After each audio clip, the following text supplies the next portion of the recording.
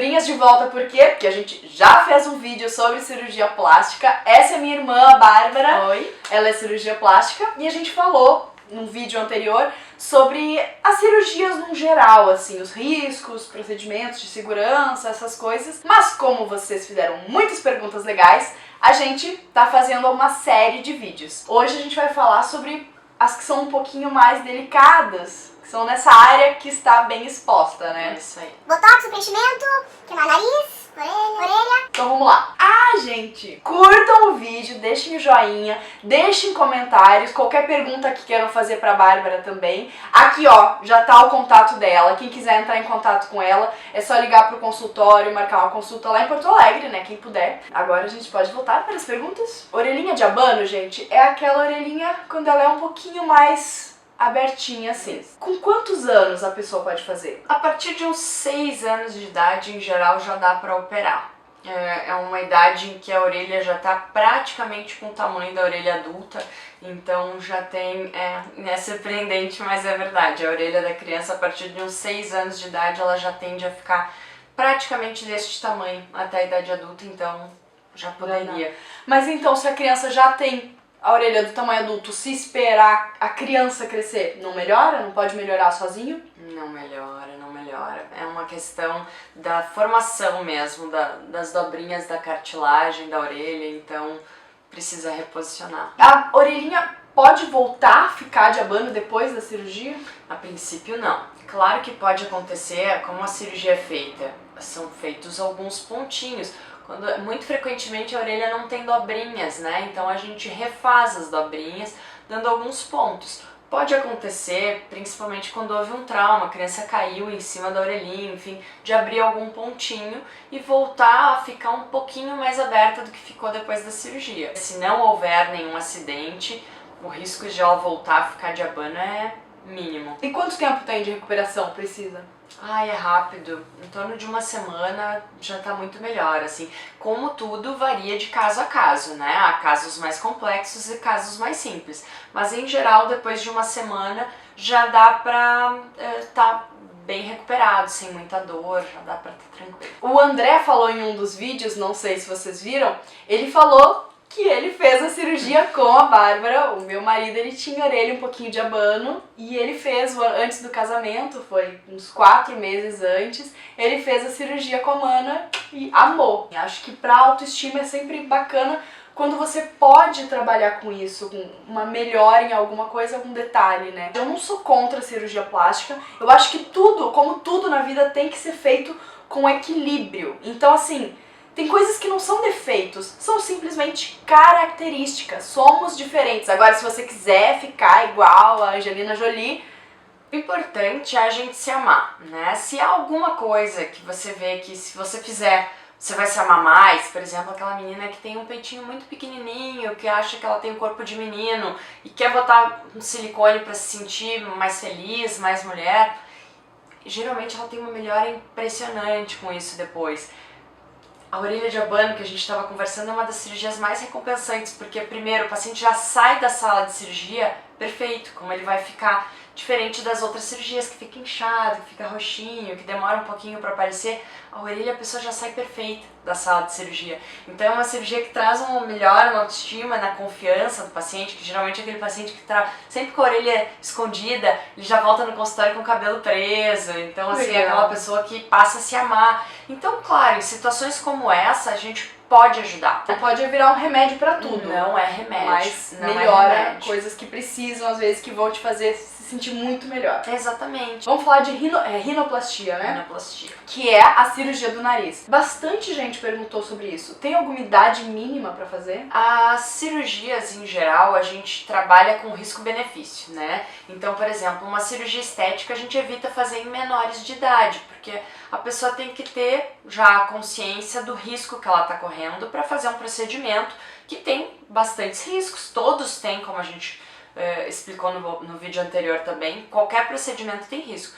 Então a gente não trabalha com uma parte estética antes que a pessoa possa entender o que ela está pagando por isso, né? Senão com 15 anos já mudou 3 vezes o rosto. Exatamente, exatamente, isso pode acontecer. Então, cirurgia estética em geral não se faz em menores de idade, exceto quando há realmente uma deformidade importante. Se a gente considerar que a cirurgia da orelha de abano tem o seu aspecto estético, por exemplo, se faz em criança porque tem a parte social, né? A criança sofre bullying, ela vai sofrer perseguição às vezes, por conta de um aspecto que pode ser melhorado com segurança. Focando na cirurgia de nariz, a rinoplastia, quais são as maiores dificuldades nessa cirurgia? A gente pode dizer que assim, na face talvez seja a cirurgia mais delicada, justamente porque está muito em evidência, né? Qualquer pequena alteração pode trazer uma modificação muito grande na própria identidade daquela paciente. Ela vai se olhar,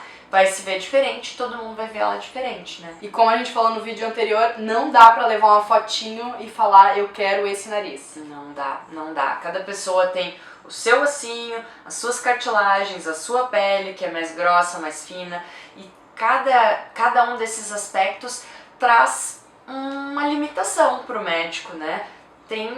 Eu só posso chegar até certo ponto com aquela pele, porque senão vai aparecer o que eu fizer embaixo, enfim. Então são cuidados bem importantes, assim, que tem que ser tomados. É diferente a cirurgia do ossinho da cirurgia para modificar o formato? Sim.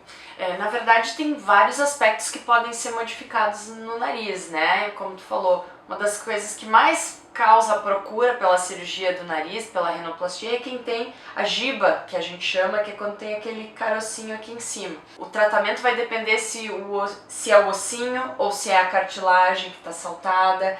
Às vezes dá a impressão de ter um ossinho saltado, mas não é. Na verdade é porque aqui é mais baixo. Então o tratamento, mais uma vez, é individualizado, depende de pessoa para pessoa. Pode ser que você só precise fazer uma raspagem no ossinho, é um tratamento mais simples.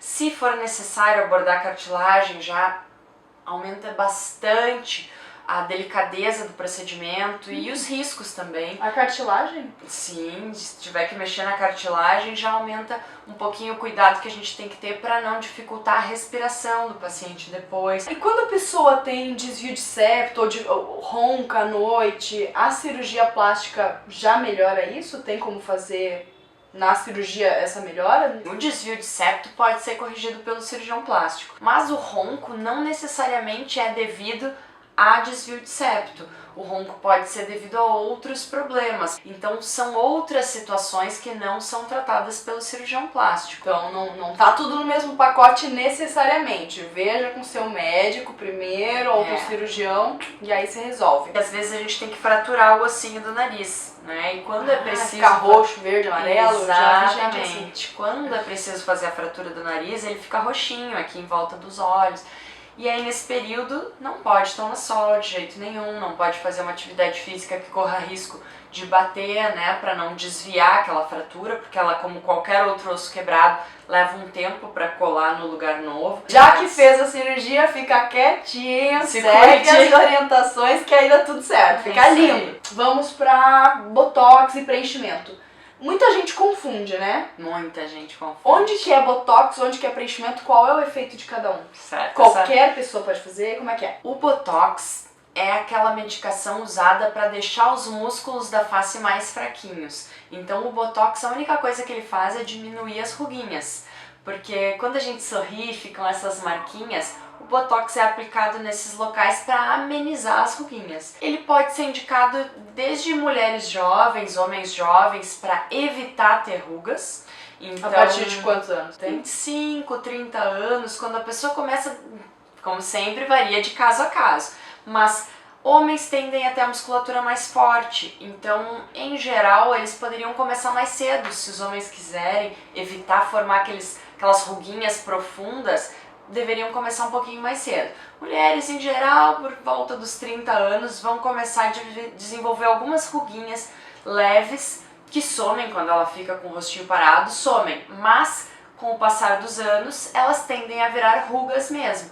Então, no ideal, seria começar antes de ter rugas estáticas, que a gente diz, né? São as ruguinhas que não somem mais, aquelas linhazinhas que mesmo com a pessoa parada a gente enxerga. Botox se aplica, então, mais frequentemente ao redor dos olhos, na região entre os olhos para deixar menos essa cara de brabo, e aqui na testa também para diminuir as ruguinhas, né? Tem que ser, tipo, num hospital, se hospitalizar pra fazer isso? Demora? Não, esse é um procedimento ambulatorial que a gente diz, pode ser feito em consultório, é um procedimento que a pessoa faz e na mesma hora tá liberado para ir para casa, não tem nenhum cuidado diferente, é um procedimento muito simples. Quanto tempo pode levar? É um procedimento de minutos, é uma injeçãozinha mínima, agulhinha bem fininha. O que é o preenchimento exatamente? Nós temos diversos tipos de preenchimento. O mais comum é o preenchimento de ácido hialurônico. É uma medicação natural, enfim, é um produto que a gente produz no nosso corpo, enfim, ele não, por este motivo ele não faz mal, mas ele é temporário, ele tem uma duração de 6 meses a 1 ano em geral, e ele é usado para volumizar, para repor volume onde se perdeu. Então é isso que às vezes as pessoas veem, tipo, eu vejo muita gente na TV que às vezes aqui fica com mais volume, eu tenho impressão. É isso? Essa é uma das aplicações. Com o envelhecimento a gente perde, fica com aquele sulco profundo embaixo dos olhos, o bigodinho chinês, né? Tô me identificando muito. São os 2 lugares mais comuns, assim, de aplicação do preenchimento. Este sulco aqui e o sulco ao redor da boca. Outro lugar que é aplicado o preenchimento é nos lábios, né? Quando sim, começa a ficar disso com também. a boquinha mais cheia de código de barras, assim, você pode aplicar um pouquinho de preenchimento e volumizar um pouquinho o lábio. Cuidando para não ficar aquela boca de pato, né? Que fica aquele... Se a pessoa tem uma boca muito fininha, é possível, vale a pena dar É possível melhorar o volume do lábio, aumentar o lábio, com certeza. Legal. Bem, acho que sobre a face a gente falou das principais, né, das coisas mais procuradas. Então, repito, quem quiser, o contato da Bárbara tá na descrição do vídeo, o contato do consultório dela. E a gente vai voltar para falar sobre algumas outras cirurgias ainda. Então, continua acompanhando o Trocando Figurinhas, que vocês vão ver bastante coisa sobre beleza. Curte o vídeo, deixa um comentário, façam perguntas, enfim, essas coisas todas. Beijo, até o próximo vídeo. Obrigada.